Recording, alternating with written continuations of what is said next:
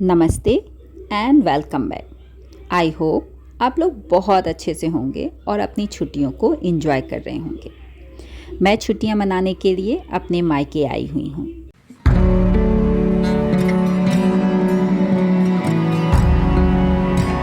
नई जगहों पे इवन दो वो कितनी भी कंफर्टेबल क्यों ना हो, वेदर चेंज होता है, रूटीन चेंज होता है, जगह चेंज होती है, थोड़ा सा डिस्कम्फर्ट होता है।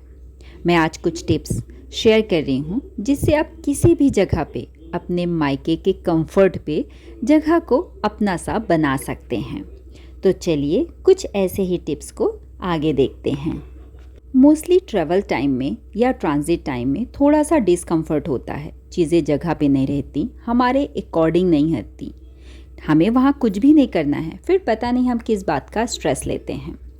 मेरी हैबिट है कि मैं जहाँ भी रहती हूँ, इवन दो वो ट्रैवल ही क्यों ना हो, चीज़ों को ऑर्गेनाइज करके रखती हूँ। ट्रैवल के लिए मैं छोटा सा प्लान ज़रूर बनाती हूँ कि कितनी लंबी जर्नी है, मुझे कितनी मील्स फूड चाहिए, उसके अकॉर्डिंग मैं फूड प्रिपेयर करती हूँ कि कौन सा खाना पहले ख़त्म करना है और कौन सा रात में, ताकि मुझे बाहर से कुछ एक्स्ट्रा ऑर्डर ना करना पड़े। स्नैक्स वगैरह भी मैं घर के ही लेके जाती हूँ। अगर कुछ ख़रीदना पड़ा तो उनके रैपर को आप प्रॉपर डिस्कार्ड करने का प्लेस बनाइए। वाटर भी मैं घर से ही लेके जाती हूँ। इसके दो कारण हैं। पहला कि बाहर के पानी इवन दो वो पैक्ड हैं तो कोई भरोसा नहीं है, और दूसरा जो आप बॉटल ख़रीदेंगे उसको डिस्कार्ड करेंगे तो इन्वायरमेंट ही ख़राब होगा। तो जितनी ज़रूरत है आप कैरी ज़रूर कीजिए इफ़ पॉसिबल। इससे होगा ये कि आपका पानी चेंज नहीं होगा, और मोस्टली जो वेदर या जगह चेंज होने की वजह से जो तबीयत ख़राब होती है वो भी नहीं होगा। बच्चों का जो आप रूटीन घर में रखते हैं, स्पेशली खाने का और वाटर इनटेक का, वो ज़रूर ध्यान में रखें। ऐसा ना हो कि नई जगह पे जाने के बाद वेदर चेंज, प्लेस चेंज, खाना चेंज, तो उसकी वजह से बच्चे बीमार पड़ जाएं। प्रॉब्लम ये होगी कि जो हम इंजॉय करने आए हैं उसकी जगह हमें स्ट्रेस होना शुरू हो जाएगा।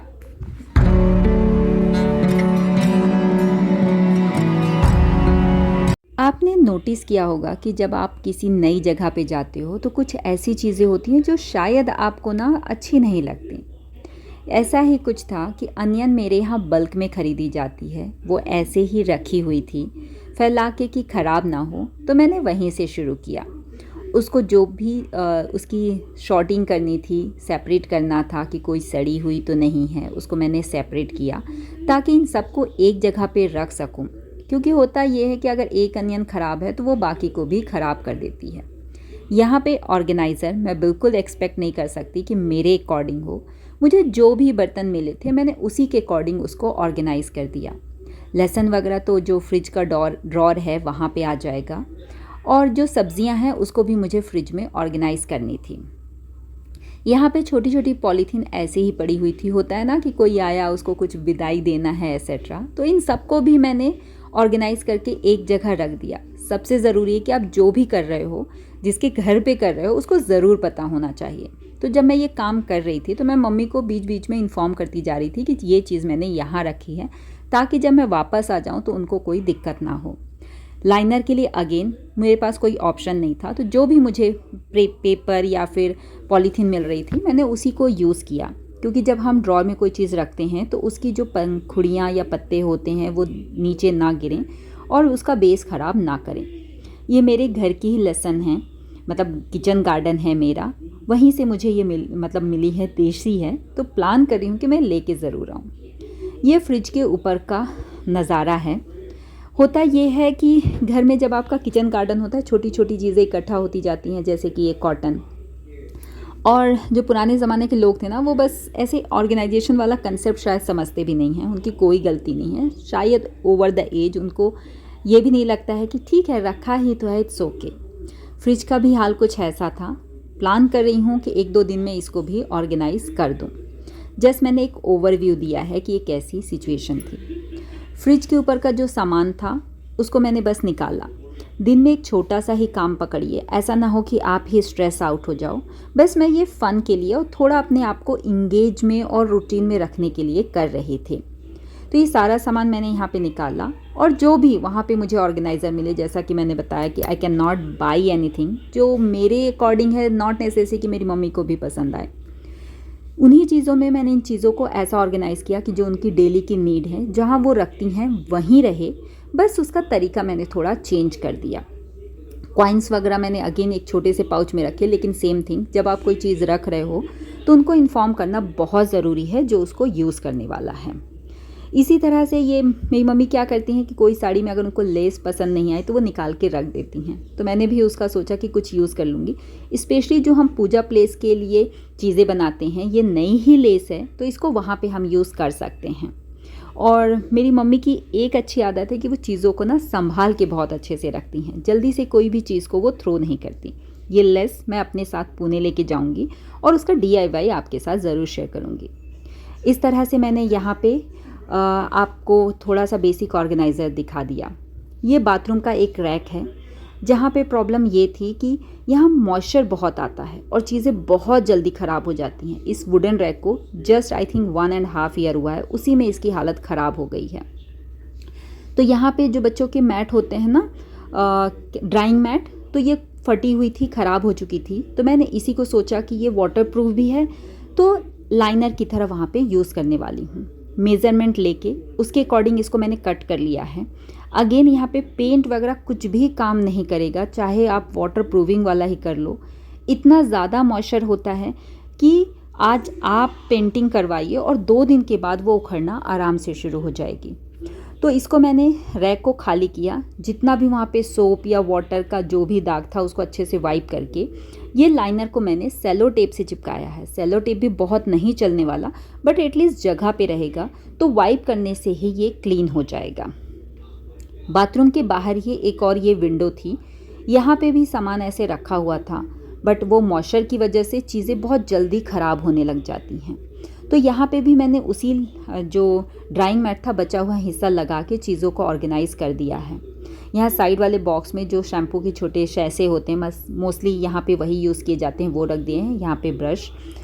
अब आते हैं इस टेबल पे, यही मेरा वर्क स्टेशन यहाँ होने वाला है, क्योंकि वैकेशन में मैं इंडियन स्टूडेंट को तो छुट्टी दे चुकी हूँ, बट जो फॉरेन के स्टूडेंट हैं उनकी क्लास लेनी है। तो इस जगह का मैं आपको प्रीव्यू दिखा रही हूँ। यहाँ पे कुछ चीज़ें कैसी पड़ी हुई हैं, यू कैन सी। ऊपर चीज़ें रखी हुई, मैंने उसको डिस्टर्ब नहीं किया क्योंकि ये बहुत बड़ा प्रोजेक्ट हो जाएगा। साइड में छोटी सी जगह थी, तो नीचे के जो भी बॉक्स थे, जैसे कि यहाँ पे ही रूम हीटर है और इन्वर्टर का छोटा सा पार्ट है, तो वो सारी चीज़ें मैंने वहीं ऊपर हैंग कर दी है। इसे होगा ये कि ये जो टेबल है ये खाली मिल जाएगी, ताकि मैं अपनी चीज़ें वहाँ जैसे लैपटॉप बैग या फिर ट्राईपॉड अकोमोडेट कर सकूँ। छोटे छोटे चेंजेस किए हैं ताकि जो यहाँ ऑलरेडी रह रहे हैं उनको डिस्कम्फर्ट ना हो, थोड़ा सा मतलब ऐसा हो जाए कि चीज़ें ऑर्गेनाइज हो जाएं। ये कुछ कार्डबोर्ड मिले हैं, इनको एज अ ऑर्गेनाइज़र मैं यूज़ करने वाली हूँ आगे के ऑर्गेनाइज़र में। यहाँ पे टेबल पे आप देख रहे हैं बहुत सारे वायर हैं, एक है वाईफाई का, दूसरा टीवी मॉडेम का और बाकी चीज़ें।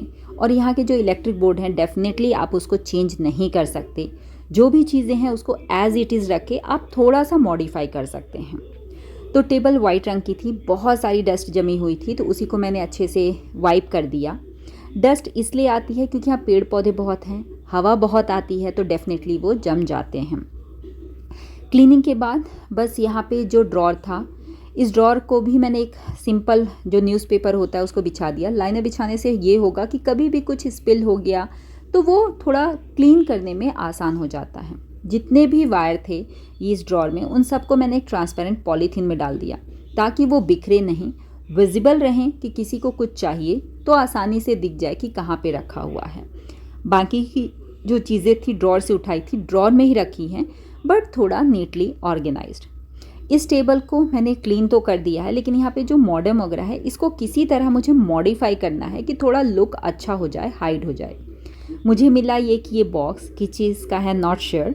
मेरा काम था ऑर्गेनाइजर, तो इस बॉक्स को मैंने लिया और फ़ोन प्लस मॉडेम इसी के अंदर अकोमोडेट कर दिया। पीछे की वायर काफ़ी ज़्यादा दिख रहे थे, तो इसी के कैप जो है ना, उसको मैंने देखा कि पीछे की तरफ काफ़ी अच्छी डिज़ाइन बनी हुई है, तो उसी को एज अ कवर मैंने यूज़ कर लिया।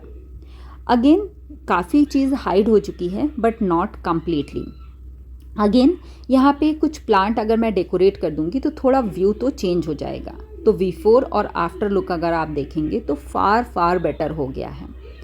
नीचे के एरिया में कुछ पियानो का स्टैंड, डंबल्स और बाकी कनेक्टर वगैरह रखे थे।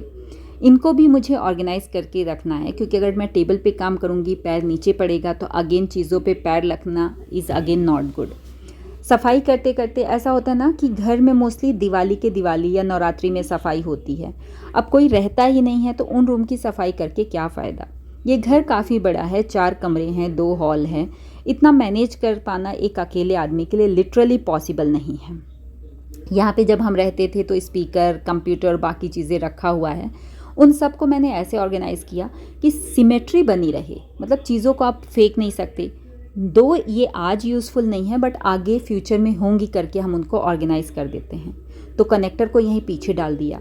आपने देखा था टेबल का क्या हाल था, अभी क्या है। इतना हो गया है कि मैं यहाँ पे काम कर पाऊँ। Take care and bye bye.